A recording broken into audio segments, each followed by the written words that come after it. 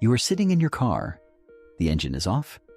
The driveway is entirely quiet, except for the faint sound of the engine cooling down, a metallic ticking that marks the passing of seconds you feel you are wasting. The streetlights cast long, distorted shadows across the dashboard. It is late, perhaps 2 or 3 in the morning, the kind of hour where there is no noise left in the world to drown out your own thoughts. You just looked at your bank balance on your phone, the blue light reflecting in your tired eyes. Or maybe you just sent an email that ruined an opportunity you had been working toward for months. Your hands are resting on the steering wheel. They are heavy, not from physical exhaustion, though you are deeply, fundamentally tired. They are heavy from the weight of a realization you have been trying to outrun for your entire adult life. You just did it again. You are back at square one. You built something, piece by painstaking piece. You saved the money, you made the connections, you did everything right for an entire year. You finally felt like you were breathing clean air, and then, almost as if guided by an invisible hand, you tore it down in a single week of bad decisions. The silence in the car is absolute, but inside your head, it is deafening. You close your eyes and lean your head against the headrest. The leather is cold against your skin. You can hear your own breathing. It is shallow, uneven. There is a tightness in your chest that feels ancient. It does not feel like it started today. It does not feel like it was born from this single mistake or this one moment of weakness. It feels like a familiar shadow that has been waiting for you to reach this exact age, this exact moment, just to remind you that you cannot escape. You think about your parents. You remember being a child, sitting in the back seat of a different car, watching your father or your mother make this exact same miscalculation. You remember the tension in their shoulders when the bills piled up. You remember the hushed, angry whispers in the kitchen late at night when they thought you were asleep, the way the house felt heavy with unspoken panic. You remember promising yourself, with the fierce, naive certainty of youth, that you would never end up like them. You swore you would be the one to figure it out. You read the books they never read. You worked the hours they never worked. You moved away from the town that trapped them. And yet, here you are, holding the exact same empty results, fighting the exact same invisible ceiling. Before we go deeper into this, if this kind of story resonates with you, it is worth clicking subscribe. The algorithm on this platform only shows this type of content to those who signal they want more of it, and we have many more of these conversations to share. Because this type of conversation, the one we rarely have out loud, the one that deals with the invisible forces shaping our lives, deserves to continue. The loneliness of this specific moment is incredibly hard to describe to anyone who has not lived it. You look around at other people from different backgrounds, and they seem to move through life with a certain lightness. When they build a foundation, it stays built. Their progress is linear. They get a job, they save, they invest, they grow. They find a partner who loves them, and they accept that love without panic. But for you, every step forward feels like walking through deep, muddy water. You have to fight for every single inch of progress, scraping and clawing, just to reach the baseline of what is considered normal for everyone else. And the moment you relax, the very second you let your guard down and think you have finally made it, a current pulls you right back to where you started. It is as if the universe itself has a script for your life, and no matter how much you improvise, you always end up reading the same tragic lines. Think about what self-sabotage actually looks like for you. It is rarely a dramatic explosion. It is quiet. It is getting a promotion at work and immediately picking a fight with your partner because the peace feels terrifying. It is finally having $1,000 in savings and suddenly finding a reason to spend $1,200 on something you do not need, just to return to the familiar, comforting panic of living on the edge. It is an unconscious desire to return to the chaos you grew up in, because chaos is the only language your nervous system understands. It is exhausting. You're exhausted from being the designated cycle breaker of your family. Sometimes you just want to give up and let whatever this force is win. Because fighting it feels like fighting a ghost. You cannot punch a shadow. You cannot outwork a curse. And the worst part is the reaction of the people closest to you. Your whole family might be struggling. They might be entirely broke, and yet they mock you for trying to be different. They watch you attempt to break out of the mold. They see you trying to establish boundaries or build wealth, and their eyes hold a strange, toxic mixture of pity and resentment. It is so isolating trying to climb out of a pit when the people at the bottom keep pulling at your ankles, telling you that the outside world is not for people like you. You look at your family tree, and all you see is a repeating pattern of defeat. You see marriages failing at the exact same decade mark, almost like clockwork. You see financial collapses happening right when success seems guaranteed, generation after generation. You see addiction, quiet despair, or sudden bursts of self-sabotage echoing from grandfather to father to son to daughter. It makes you terrified of the future. You carry this heavy, unspoken fear about having children. You wonder if you should even bring a child into this world because you are terrified of passing this dark, heavy energy onto them. You wonder if it is in your blood, a poison you cannot filter out, no matter how many books you read or how much therapy you do.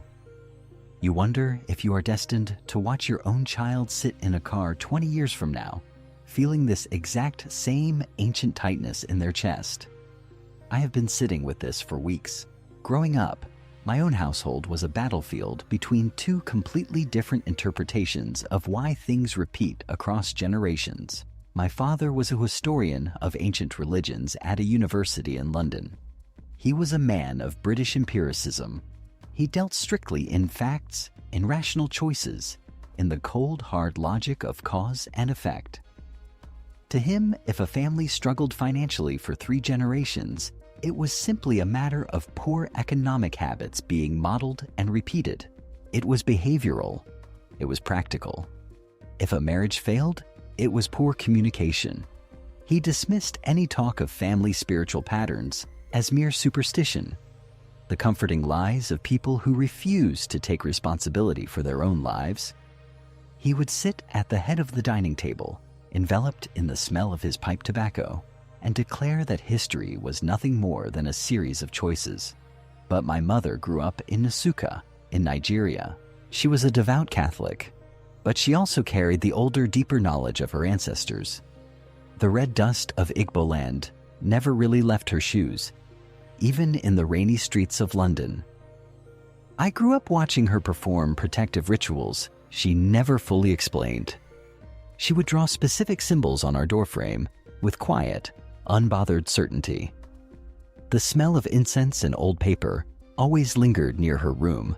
When my father would argue with her at the dining table, his booming voice insisting that human history was just sociology, she would just look at him. She never raised her voice. She knew something he did not. She knew that some things are not just learned by observation. Some things are inherited in the blood. They are passed down like a shadow from parent to child, an invisible inheritance of sorrow that no amount of rational thinking can explain away. She knew that families could carry an invisible weight, a dark momentum that required more than just a change in habits to stop. For a long time, I believed my father. It was easier to believe my father. It is much less terrifying to believe that you are entirely in control of your destiny through sheer willpower. I went to the School of Oriental and African Studies in London. I spent 12 years researching ancient manuscripts across the monasteries of Ethiopia, the archives of Israel, the deserts of Egypt, and the rural villages of Nigeria. I wanted to find the rational origins of human belief. I wanted to prove that history was just psychology dressed up as myth. I wanted to prove that my mother's rituals were just cultural coping mechanisms for a hard life. But the more I read, the more the rational walls began to crumble. I remember traveling to the rock-hewn churches of Lalibela in Ethiopia. I remember the smell of the ancient goatskin parchment, the dust motes dancing in the shafts of light, piercing the dark archives. It was so quiet, you could hear the wind scraping against the stone walls outside. I would sit for hours, deciphering 2,000-year-old texts, surrounded by the heavy silence of history, and I would freeze. I would see the exact same concepts, sometimes the exact same geometric symbols, that my mother used to trace on our door in Nasuka. It was not a coincidence. It was a documented system of understanding how invisible forces travel through families. That was the moment I realized the ancient world had secrets we have barely scratched. The texts were describing a reality that my mother understood intuitively, and that my father completely ignored. There is a cross-cultural phenomenon that ancient Near Eastern texts called the iniquity of the fathers. It appears in the Torah, it is written on Mesopotamian clay tablets, and it exists in West African oral traditions simultaneously. Cultures that never communicated with each other, separated by oceans and centuries, all identified the exact same invisible mechanism. They all knew that a family line could carry a specific darkness, a recurring debt that had to be paid by each new generation. They knew that a man could live a perfectly moral life, yet still find himself fighting the exact same invisible battles that destroyed his grandfather. And this is where everything changes. What you are feeling in that car, that invisible ceiling, that magnetic pull back to failure, has a name. And more importantly, it did not start with you.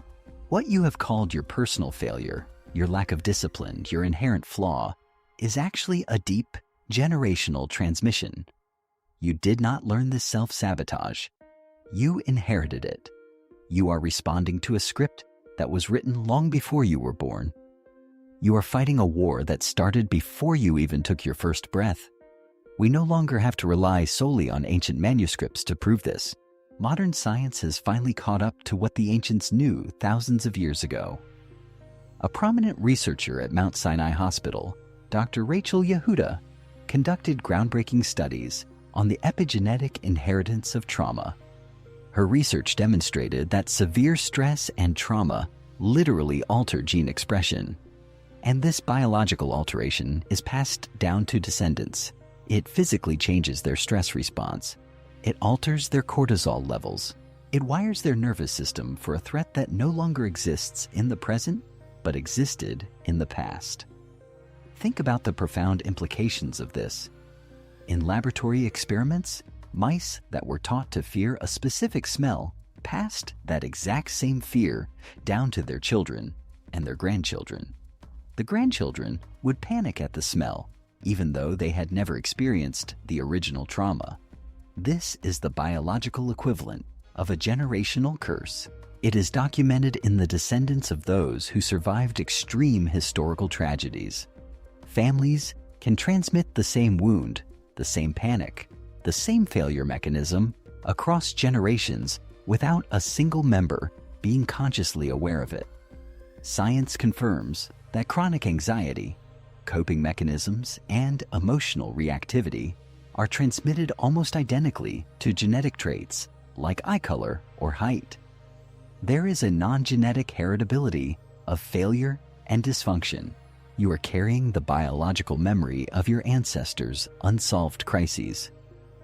When you sabotage your own success, when you drain your bank account or ruin a healthy relationship, it is often your nervous system trying to keep you in a familiar state of struggle, because struggle is what kept your ancestors alive. Success feels dangerous to a nervous system wired for poverty.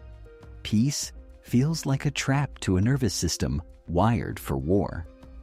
But it goes even deeper than biology.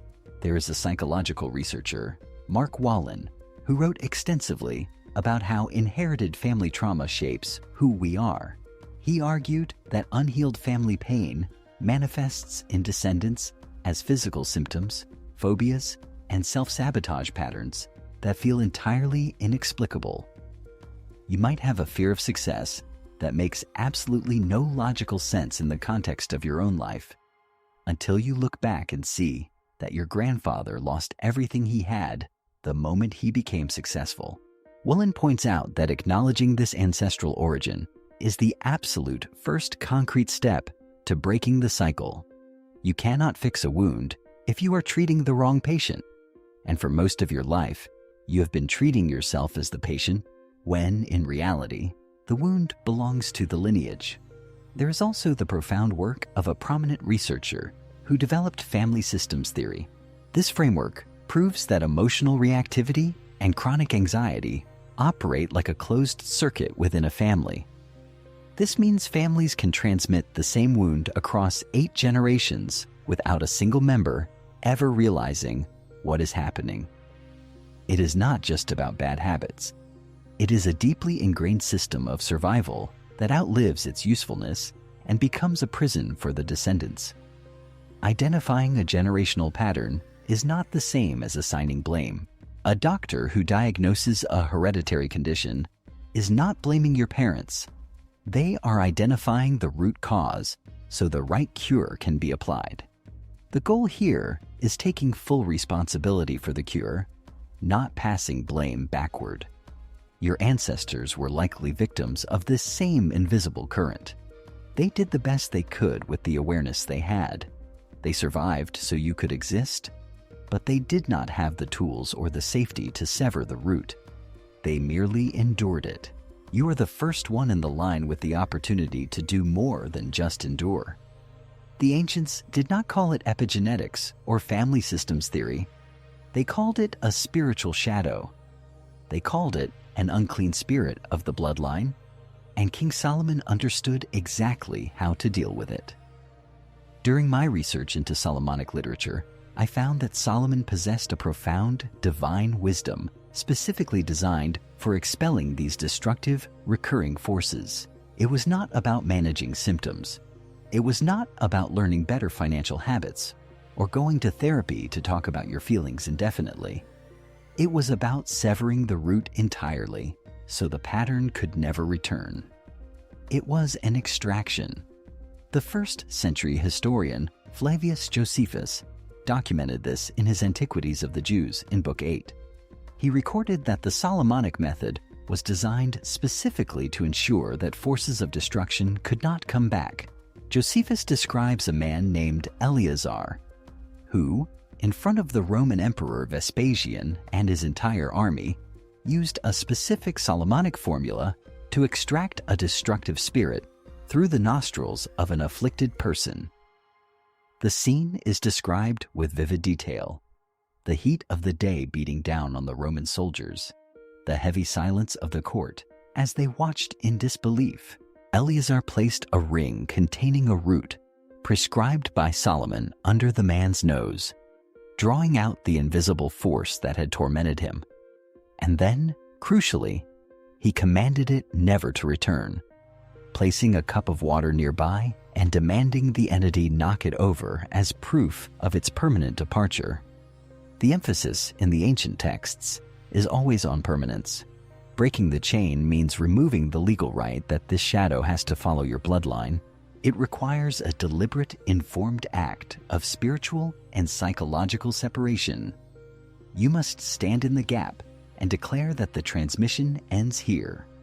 The ancient formulas were not just words spoken into the air. They were a profound reorientation of the self, a declaration of sovereignty over one's own destiny. Solomon knew that to break the chain, you must first recognize that the chain exists and then apply a force greater than the momentum of the past. You have to realize that you are not fighting your own laziness. You are fighting the accumulated momentum of generations of defeat. You are fighting the ghosts of 100 ancestors who never got the chance to heal. The problem was never you. The problem was that you were born into a lineage that carried a specific gravity, and you were the first one with enough awareness to feel the full weight of it. Your parents were unconsciously acting out a script. Their parents were acting out the same script. They walked through life asleep, reacting to the shadows, repeating the same mistakes because they did not know they had a choice. But you woke up. You stopped. you felt the pain of the cycle. And feeling the pain is the absolute first requirement for breaking it. The very fact that you are so exhausted by this fight, the very fact that you are sitting in that car feeling the crushing weight of it all, is proof that you are the one positioned to end it. The shadow is fighting you this hard because it knows you are the one who can kill it. You are not destined to fail. By acknowledging the ancestral origin of this shadow, you strip away its power. It feeds on ignorance. It thrives in the dark. It feeds on the false belief that you are just inherently flawed, that you are just a bad person who cannot get their life together. But once you name it, once you see it as an inherited pattern rather than a personal defect, the ceiling shatters. The ghost loses its sheet. You become the hero your lineage has been waiting for. One deliberate, informed act by the right person can end what has run unchecked for over 100 years. There was a story I found during my research, a quiet testimony hidden in modern times. A family had experienced a pattern of complete financial collapse in their late 30s across 3 documented generations. Like clockwork, the moment they reached a certain age, everything fell apart. By identifying this exact behavioral pattern, this multi-generational transmission, the youngest descendant intentionally sought a different path at age 35. They named the pattern. They refused to act out the script, and they broke the cycle entirely. Their children did not inherit the collapse. The shadow stopped at their door. Because they were willing to look at it, the chain was broken permanently. The courage it takes to look at your family history without blinking is immense. It takes a profound level of bravery to admit that the people who raised you were broken, and that they passed that brokenness down to you. It takes even more bravery to decide that you will be the final destination for that pain. But this is the work of liberation. This is the work of claiming your own life. Every time you refuse to self-sabotage, every time you choose peace over familiar chaos, you are performing an ancient rite of extraction. You're pulling the root out of the soil. Go back for a second to that car, to that quiet driveway, your hands resting on the steering wheel, the silence, the heavy feeling in your chest, the glow of the phone screen illuminating your tired face. Now you know that this weight is not your personal failure. It is the echo of your grandfather. It is the unhealed wound of your lineage coming to the surface because, finally, somebody is strong enough to look at it and say no more. You are not starting at square one. You are standing at the finish line of a generational marathon, and you are about to step off the track entirely. By the wisdom of the ancients, you break what your grandfather could not. You break what your parents could not. You break it now, and you break it for those who come after you. You were not failing. You were just carrying a weight that was never yours to begin with. If this message brought you clarity, if it gave a name to something you have been fighting your whole life, consider using the Super Thanks button below.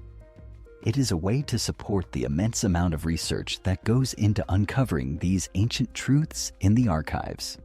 But more than that, it is a way to claim your role in this community. You are not just a viewer passing the time on the internet. You are someone actively breaking the chains of the past. Before you go, I want to know something. Tell me in the comments, when was the exact moment you realized your family had a pattern that needed to be broken? What age were you when you saw the cycle for what it really was? Think about the way the ancient world viewed time. They did not see time as a straight line moving from the past into the future, the way we do now. They saw it as a circle. They understood that if a spiritual or psychological wound was not healed by the father, the circle would simply turn until it brought that exact same wound to the son. It was not a punishment. It was just the mechanics of the universe. The shadow is just waiting for the wheel to turn. It waits for you to reach the exact age your mother was when she gave up. It waits for you to reach the exact financial milestone your grandfather was at when he lost everything. It is patient. It does not need to rush because it knows the circle always comes back around. But King Solomon understood how to step out of the circle entirely. He understood that you do not defeat a repeating cycle by fighting it on its own terms. You defeat it by severing the track it runs on. When you finally acknowledge the ancestral origin of your pain, you are essentially stepping out of the circle. You are declaring that the wheel stops turning with you. This requires a profound level of spiritual defiance. It requires you to look at a pattern that has defeated everyone who came before you and say, no further. You are reclaiming the territory of your own life.